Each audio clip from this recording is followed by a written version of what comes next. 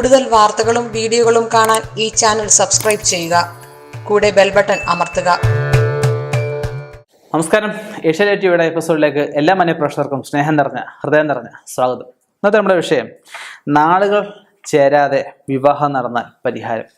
എല്ലാവർക്കും ഇപ്പം നാള് നോക്കിയൊന്നും വിവാഹം നടത്താൻ പറ്റിയെന്ന് വരത്തില്ല. സ്നേഹബന്ധങ്ങളൊക്കെ ധാരാളം നടക്കുന്ന ഒരു യുഗം, ന്യൂ ജനറേഷനൊക്കെ. ഇപ്പം പുതിയ കുഞ്ഞുങ്ങളൊക്കെ ആണെങ്കിൽ, ന്യൂ ജനറേഷൻ കുഞ്ഞുങ്ങളൊക്കെ ആണെങ്കിൽ ചോദിക്കും, നാളെ നോക്കിയിട്ട് സ്നേഹിക്കാൻ പറ്റുമോ എന്നൊക്കെ ചോദിക്കും.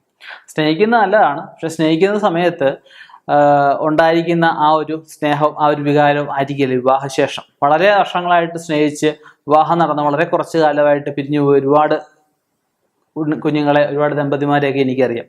കാരണം നമ്മൾ ഈ ഒരു പ്രസ്ഥാനമായിട്ട് ഇരിക്കുന്നുണ്ട്, പലരുടെയും ജീവിതം നേരിട്ട് കാണുന്നതുകൊണ്ടാണ് നമ്മളിവിടെ പറയുന്നത്.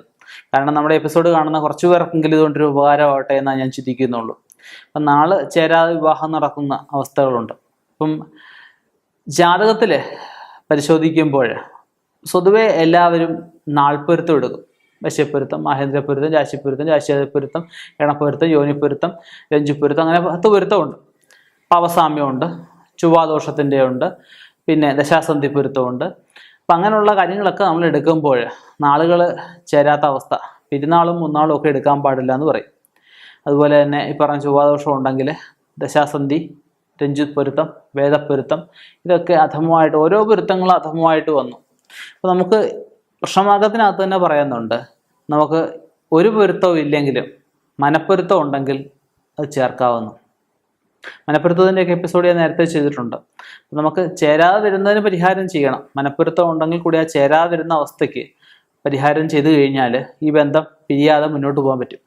കാരണം സ്നേഹിക്കുന്നതിന് മുമ്പുള്ള അവസ്ഥയല്ല, കാരണം വിവാഹം കഴിഞ്ഞിട്ടുള്ള ഇവരുടെ അവസ്ഥയാണ് ഈ പൊരുത്തം കൊണ്ടായാലും മറ്റ് രണ്ടുപേരുടെയും ജാതക പരിശോധനയാണ് നമ്മൾ ഉദ്ദേശിക്കുന്നത്. അപ്പം അങ്ങനെ ജാതകം ചേരാതെ വരുമ്പം ഒരാൾക്കൊരു വിവാഹ ബന്ധമേ ഒരു ജീവിതത്തിൽ പറഞ്ഞിട്ടുള്ളൂ. അപ്പം ആ ഒരു ബന്ധം ശാശ്വതമായിട്ട് എന്നത്തേക്കും നിൽക്കണം. നേരത്തെ ഞാൻ പറഞ്ഞിട്ടുണ്ട്, 2 വ്യത്യസ്ത സാഹചര്യങ്ങളിൽ ജനിച്ചു വളർന്ന 2 കുട്ടികൾ ഒന്നിക്കുക, 2 കുടുംബങ്ങൾ കൂടെ ഒന്നിക്കുക. അപ്പം അത് പിരിഞ്ഞു പോകുന്ന അവസ്ഥ വളരെ കഷ്ടമാണ്. അപ്പം ഓരോ പൊരുത്തത്തിന് ഓരോ പരിഹാരങ്ങളാണ് പറയുന്നത്. രാശിപ്പൊരുത്തത്തിന് പരിഹാരമുണ്ട്, രാശിപൊരുത്തത്തിനുണ്ട്, പിന്നെ വശ്യപ്പൊരുത്തമാണ് പരസ്പര സ്നേഹത്തിനെ പ്രദാനം ചെയ്യുന്നതാണ്. ഗണപ്പൊരുത്തമുണ്ട്. ഗണപ്പൊരുത്തത്തിന് നേരത്തെ ഞാൻ പറഞ്ഞിട്ടുണ്ട്, മനുഷ്യഗണവും ചേരും, ദേവഗണവും ചേരും. ദേവനും മനുഷ്യനും ചേരത്തില്ല, മനുഷ്യനും അസുരനും ചേരത്തില്ല, അസുരനും ചേരും, അസുരനും ദേവനും ചേരത്തില്ല. ഇതൊക്കെ നേരത്തെ ഞാൻ പറഞ്ഞിട്ടുള്ള കാര്യങ്ങളൊക്കെ തന്നെയാണ്. അപ്പം അങ്ങനെ ഏത് പൊരുത്തമാണ് നമുക്ക് അധമോ എന്ന് നല്ലൊരു ഉത്തമനായ ജ്യോതിഷനെ കണ്ടു നോക്കണം.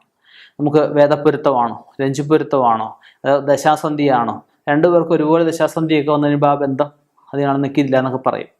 ചില പൊരുത്തങ്ങളൊക്കെ അധമമായിട്ട് നിൽക്കുന്നവർക്കാണെങ്കിൽ ഒന്നുകിൽ വൈധവ്യം ഉണ്ടാവും. അതായത് ഭർത്താവ് മരിച്ചു കഴിഞ്ഞാൽ ഭാര്യയ്ക്ക് വൈധവ്യം ഉണ്ടാവും, ഭാര്യ മരിച്ചു കഴിഞ്ഞാൽ ഭർത്താവിന് ഉണ്ടാവും. അപ്പം എന്തായാലും ആ ഒരു അവസ്ഥ, ഒരാൾ പിരിയുന്ന അവസ്ഥ, അത് മനസ്സുകൊണ്ട് പിരിയുന്നതായാലും ശരി, അല്ലാതെ ആയാലും ശരി, അതിന് പരിഹാരം തീർച്ചയായിട്ടും ഉണ്ട്. അതിന് സ്വയംവര ഹോമം കഴിക്കാം, മാമേശ്വര ഹോമം കഴിക്കാം, ലക്ഷ്മി നാരായണ പൂജ കഴിക്കാം, നവഗ്രഹ ഹോമം കഴിക്കാം. അങ്ങനെ ഒരുപാട് പൂജ, മഹാമൃത്യുഞ്ജയ ഹവനം, അങ്ങനെയുള്ള ഒരുപാട് പ്രതിവിധികൾ പറയുന്നുണ്ട്. ദാനമുണ്ട്, ദശദാനമുണ്ട്, അതുപോലെ ദമ്പതി പൂജയുണ്ട്, ദമ്പതി ദാനങ്ങളുണ്ട്, ദമ്പതി ദ്രവ്യദാനങ്ങളുണ്ട്. ഒരുപാട് ദാനങ്ങളും ഒരുപാട് പൂജാവിധികളും ഇതിനകത്ത് പറയുന്നുണ്ട്. നമ്മളത് ചെയ്യുമ്പം എന്താണെന്ന് വെച്ച് കഴിഞ്ഞാൽ വിവാഹത്തിന് എടുക്കുന്ന പോലത്തെ മുഹൂർത്തം തന്നെ വിവാഹ നിശ്ചയത്തിന് എടുക്കുന്നു. അപ്പം ആ നിശ്ചയത്തിന് മുമ്പായിട്ട് വേണം നമ്മൾ ഇതിന് വേണ്ട പ്രതിവിധികൾ ചെയ്യാനായിട്ട്. പ്രതിവിധികൾ ചെയ്ത് മുന്നോട്ട് പോയി കഴിഞ്ഞാൽ ഇവരുടെ ആ ഒരു ജീവിതം വളരെ ശോഭനകരമായിട്ട് മുമ്പോട്ട് പോകും. ഒരു 8 വർഷം മുമ്പ് ഞാൻ 2 ദമ്പതികളുടെ ഒരു പൂജ ചെയ്തു കൊടുത്തിരുന്നു. തിരുവനന്തപുരത്ത് അടുത്ത് വന്ന. അപ്പോൾ കുട്ടിയാണെങ്കിൽ ഡോക്ടറായിരുന്നു, പയ്യനും ഡോക്ടറാണ്. പയ്യനാണെങ്കിൽ പേര് കേട്ട ഗൈനക്കോളജിസ്റ്റാണ്, കുട്ടിയാണെങ്കിൽ MDക്ക് ചേർന്നതേ ഉള്ളൂ. അപ്പോൾ ഇവർ നാളെ ആദ്യം നോക്കിയപ്പം ഒരു ജോലിസിൽ ചേരുമെന്ന് പറഞ്ഞു, ഒരു ജോലിസിൽ ചേരത്തില്ല എന്ന് പറഞ്ഞു. അപ്പോൾ എന്തായാലും ഇവർ പെണ്ണ് കണ്ടു പോട്ടെന്ന് വെച്ച് പെണ്ണ് കാണാൻ വന്നു. ഇവർ 2 പേരും അങ്ങോട്ടും ഇങ്ങോട്ടും ഇഷ്ടമായി കഴിഞ്ഞപ്പോഴത്തേക്ക് എന്ത് ചെയ്തു, ഇവർ നേരെ എന്നിട്ട് ഈ പയ്യന് ആണെങ്കിൽ ഇനിയൊരു ബന്ധം വേണ്ട വീട്ടിൽ പറഞ്ഞു. മാരേജ് ബ്യൂറോയിൽ നിന്ന് അവരുടെ നെറ്റിൽ കൊടുത്തിട്ടുണ്ടായിരുന്നു, അതെല്ലാം നെറ്റിൽ നിന്ന് ആ ബാഡായിട്ട് ഡിലീറ്റ് ചെയ്ത് കളഞ്ഞു. ഈ കുട്ടിയായാലും അങ്ങനെ വീട്ടിൽ പറഞ്ഞു, ഇവർ 2 പേരും അങ്ങനെ ഡിലീറ്റ് കളഞ്ഞു. അങ്ങനെ ഇവർ 2 പേരും അങ്ങോട്ടും ഇങ്ങോട്ടും ഫോൺ വിളിയായി, കാര്യങ്ങളൊക്കെ ആയി. അവസാനം ഇവർക്ക് പിരിയാൻ വയ്യാത്ത അവസ്ഥ വന്നു. പലയിടത്ത് പോയി പ്രശ്നം നോക്കും, പല അഭിപ്രായങ്ങൾ പറഞ്ഞു. ചിലർ ചേരുമെന്ന് പറഞ്ഞു, ചിലർ ചേരത്തില്ല എന്ന് പറഞ്ഞു. അങ്ങനെ എന്തായാലും ഞാൻ നോക്കിയപ്പോഴത്തേക്കും ഇവർക്ക് പറഞ്ഞതുപോലെ തന്നെ വിഷയങ്ങൾ ജാതകവശാലുണ്ട്. അതിനുള്ള പ്രതിവിധി ഇപ്പം പയ്യൻ്റെ വീട്ടിൽ എന്തായാലും ചെയ്യാൻ പറ്റത്തില്ല, അപ്പോൾ കുട്ടിയുടെ വീട്ടിൽ വെച്ച് ചെയ്തു. ഇപ്പോൾ 7-8 വർഷമായി അവർ സുഖമായിട്ട് ജീവിക്കുന്നു. അവർക്ക് ഒരു കുഞ്ഞുമുണ്ട്, ഒരു ആൺകുഞ്ഞുമുണ്ട്, സുഖമായിട്ട് ജീവിക്കുന്നു, യാതൊരു വിഷയവുമില്ല. അപ്പോൾ നമ്മളത് ചെയ്തില്ലായിരുന്നെങ്കിൽ ഈ ഇത്രയും ദീർഘമാംഗല്യം ഒരു പറയാൻ പറ്റുമോ? പറ്റത്തില്ല. അത് എന്തെങ്കിലുമൊക്കെ കാരണങ്ങൾ കൊണ്ട് പിരിയുന്ന അവസ്ഥ വരും, സംശയമില്ലാത്ത കാര്യമാണ്. അപ്പം ഇങ്ങനെയുള്ള വിവാഹങ്ങൾ, നാളെ ചേരാത്ത വിവാഹങ്ങളൊക്കെ നടത്തുന്ന മാതാപിതാക്കൾ ശ്രദ്ധിക്കുക എന്നുള്ളതേ ഞാൻ പറയുന്നുള്ളൂ. കാരണം ഇപ്പം രണ്ടുപേര് നമുക്ക് തല്ലിക്കെടുത്താൻ പറ്റത്തില്ല.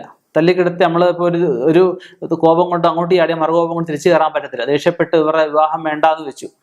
നാളെ ഇവരെന്തെങ്കിലും ഒരു കടുങ്കൈ ചെയ്ത് കഴിഞ്ഞാൽ, അല്ല ഇനി ഒരു വിവാഹം വേണ്ട, ഒരു സ്ത്രീയുടെ മനസ്സിൽ പുരുഷന് കൊടുത്തു കഴിഞ്ഞാൽ, അല്ലെ ഒരു പുരുഷന്റെ മനസ്സ് സ്ത്രീക്ക് കൊടുത്തു കഴിഞ്ഞാൽ എന്തൊക്കെ കൊടുത്തുക?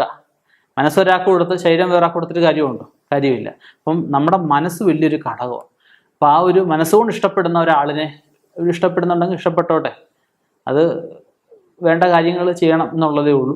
ഇനിയും ഇതുപോലെയുള്ള വ്യത്യസ്തമായ കാര്യങ്ങളുമായി കണ്ടുമുട്ടാം. നിർത്തുന്നു. നന്ദി, നമസ്കാരം.